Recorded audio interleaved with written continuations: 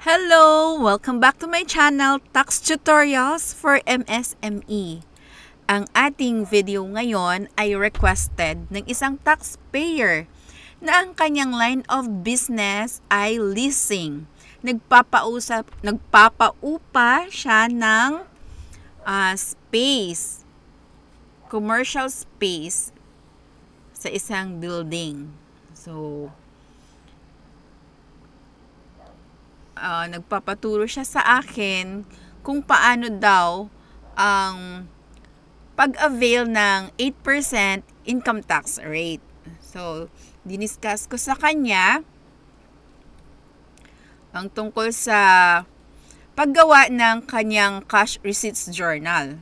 So, based sa contract nila ng kanyang tenant, ang tenant every month ay dapat magbayad ng 25,000 pesos net of tax. Meron din siyang tenant na 28,000 net of tax. So, yan yung cash receive. Then, yung creditable tax withheld ng tenant na 5%. Ito yung rental income. So, meron siyang 4 na commercial space. Ang kanyang total monthly rental income ay 111,578.95 centavos. Net of 5% na withholding tax, ang kanyang cash na natatanggap monthly ay 106,000 pesos. So, ganito po ang pag-record sa cash receipts journal. Dapat po mag-issue ng official receipt or invoice na sa ngayon dahil sa ating Ease of Paying Taxes Act, RA 11976. So, kailangang mag-issue ng invoice, yung date, yung invoice number, name ng tenant, then yung cash receive. Ang cash receive ay net siya ng 5%. So, ito, makukuha natin ang gross rental income kapag i-divide natin ang cash sa 0.95. So, 26,315 and 78 centavos. So, kunin ang 5% nito. Ito yung ibabawas ng tenant. At i-remit sa BIR. Monthly through BIR Form 0619E. BIR Form 0619E. So, yung tenant ang magbabayad sa BIR. Ang matatanggap na lang ng lessor ay net of withholding tax na 25,000 pesos. Kaya dapat pag gumawa ng BIR Form 2307, ang tenant, ang magre-reflect na rental income ay 26,315 and 79 centavos. Then, ang tax withheld ay 1,315 and 79 centavos. Yung cash receive, nariresibuhan ng lessor ay 25,000 pesos. At dapat i-reflect na din yung withholding tax doon sa resibo. So, for the first quarter 2024, ang ating lessor ay may total cash received na 318,000. Net na yan ng 5% withholding taxes. Ang may responsibility mag-remit sa BIR ng withholding tax ay yung tenant. Mag-issue lamang siya ng BIR Form 2307 sa lessor. At ang lessor naman ay i-claim niya as tax credits kapag nagbayad na ng quarterly income tax or sa annual income tax kung gagamitin na niya sa quarterly. Dito na tayo sa quarterly income tax return. Ang ginagamit natin ay BIR Form 1701Q version 2018. Ang dapat nating gamitin ay EBIR form kasi sa ease of paying taxes, required na tayo or mandatory na kailangan electronically filed ang tax return bago bayaran sa bangko. Or pwede na rin magbayad online. So, ang deadline ng first quarter income tax return ay noong May 15, 2024. Illustration lamang ito, kaya okay lang na kahit late na. Kasi late na rin siya nag-book sa akin ng appointment. So, explain ko lang na ang gross sales na 334,736.84 ay nanggaling po dito. Total siya ng January to March 31, 2024 na rental income. Ang allowable deduction natin sa self-employed individual ay maximum 250,000. Ito po ay effective noong January 1, 2018 sa ating train law. Allowed tayo na mag-deduct ng 250,000 sa ating gross sales or gross income. So, gross sales minus allowable deduction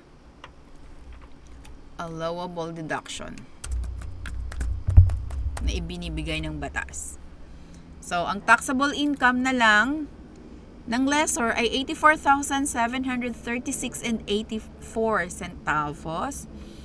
Tax rate na inavail niya ay 8%. So, income tax niya ay 6,778.95. Actually, pag quarterly, dapat pag sa form, nira-round off. So, meron tayong tax credits. Itong tax credits, ito yung 5% na ibinawas ng tenants. So, 16,736.84 centavos. Income tax, less tax credits. So, sobra pa. Meron pa siyang excess tax credits na pwede pang gamitin sa next quarter. So, punta na tayo sa second quarter.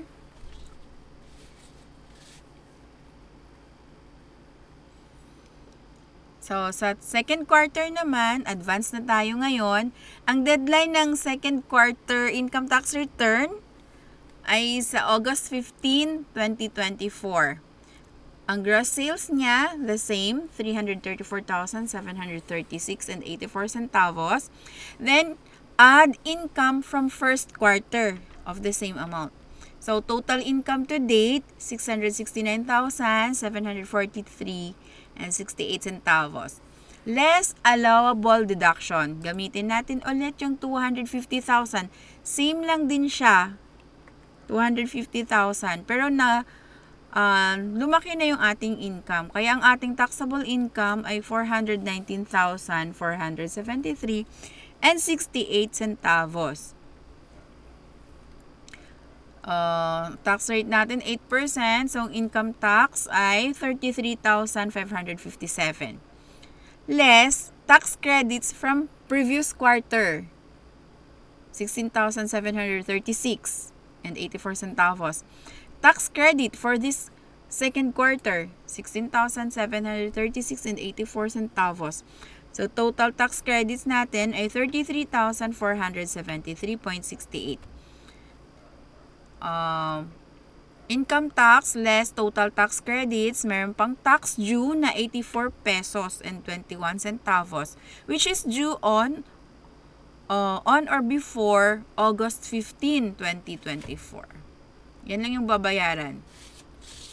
Remind ko lang po na itong tax credits, dapat ginagawaan po ito ng Summary Alpha List of Withholding Taxes at sinasubmit sa e-submission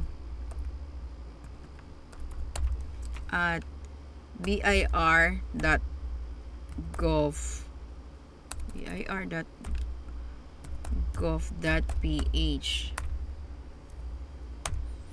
At yan ay sinasubmit din sa EAFS, sa Electronic Audited Financial Statements. Meron akong tutorial video para sa paggawa ng Summary Alpha List of Withholding Taxes hanggang sa pag-submit sa e-submission at br.gov.ph at submission sa Electronic Audited Financial Statements. Pwede kayong mag-PM sa akin para bigyan ko po kayo ng guide. Dito na tayo sa third quarter, quarterly income tax natin, which is due on November 15, 2024. So, gross sales for the third quarter, same lang din. Same lang yung rental, same lang din yung tenant, assuming na walang pagbabago sa tenants and sa amount ng rent. Dahil nakakontrata naman yan. So, 334,736.84 centavos. Add income from previous quarter. So, itong income from previous quarter ay total na ng first quarter and second quarter. So, total income to date is 1,004,210 pesos and 53 centavos. Less allowable deduction of 250,000 pesos. So, taxable income is 754,210 and 53 centavos. Times 8%, income tax is 60,336 and 84 centavos. Tax credits from previous quarter. So, tax credits ito, yung withholding tax from February, from first quarter and second quarter. Then, tax credits for this quarter, 16,736 and 84 centavos. Kasama din sa tax credits ang binayaran previous quarter. So, tax payment for previous quarter ni 84 pesos and 21 centavos. So, total credits of 50,294 and 74 centavos. Tax due, income tax less total credits. Tax due on or before August 15, 2024 is 10,042 pesos and 11 centavos. Ang ating quarterly income tax return ay hanggang third quarter lang. Ang fourth quarter ay ang ating annual income tax return na. Sa annual income tax return, summary na siya ng buong taon from first quarter to fourth quarter. So, balikan natin yung ating sample cash receipts journal. So, dahil ito yung first quarter, minultiply ko lang siya sa 4. Lahat ng figures. So, ang total gross rental income natin ay 1,338,947 and 37 centavos. Less 5% taxes withheld na 66,947 and 37 centavos. So, total cash received ng lessor ay 1,272,000 pesos. Parang ang laki, no? Pero, sabi ng taxpayer, maraming expenses yan. Siyempre, nagpatayo ng building. So, i-depreciate din natin yung building. So, may repairs and maintenance din. Katulad daw nung nakaraan, kasama sila sa nasalanta ng bagyo. So, kailangan niyang magpa-repair ng parts ng kanyang building. Okay. Nagbabayad din siya ng business permit. Nagbabayad din siya ng fire insurance. Okay. Meron ding insurance sa sa munisipyo, comprehensive insurance. So, ang dami ding binabayarang mga expenses. So, iniisip niya kung worth it ba na mag-avail siya ng 8% income tax rate or mag-avail siya ng income tax graduated income tax rate using itemized deduction. So, wini-weigh niya, kukumpara niya, kaya siya nagpagawa sa akin nitong example or sample computation ng 8% income tax rate. Dito na tayo sa ating annual income tax return. Advance na ito. Dahil ang ating income tax return, ang deadline ay April 15, 2025. Pero kung ganito na ngayon pa lang, alam nyo na kung paano mag-compute at kung paano mag-file, as early as January 1, 2025 ay pwede na kayong mag-file. Ang gagamiting form ay 1701 version 2018 sa EBIR form package or 1701A new. 1701A.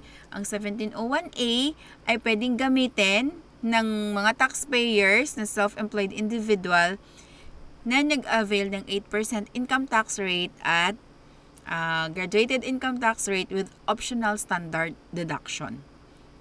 Kapag itemized deduction, 1701 version 2018 lang ang pwedeng gamitin. Tsaka yung mga mixed income earner. Okay. So, ang gross annual sales, gross annual rental income ay 1,338,947. Less allowable deduction na 250,000.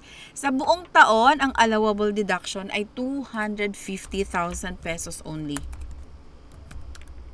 Yan lang po ang ibinigay ng batas sa atin na allowable deduction kapag nag-avail tayo ng 8% income tax rate. Tax rate is 8%. So, ang income tax, annual income tax expense natin ay 87,115.79 So, tax credits for previous quarter, yung taxes withheld, BIR Form 2307, from first quarter to third quarter, na ginamit na natin, 50,210 pesos and 53 centavos. Tax credit for this quarter, 16,736.84. Tax payment for the previous quarter. So, lahat na ng binayad natin sa BIR ay i-deduct na natin. So, meron tayo noong second quarter na 84 pesos and 21 centavos.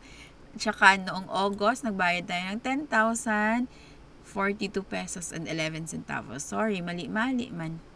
Pasensyahan na. Okay, total tax credits natin, 77,073 pesos and 68 centavos. Ito pong mga BIR Form 2307 natin ay dapat iscan. Gawan ng summary alpha list of withholding taxes at isubmit sa e-submission at bir.gov.ph.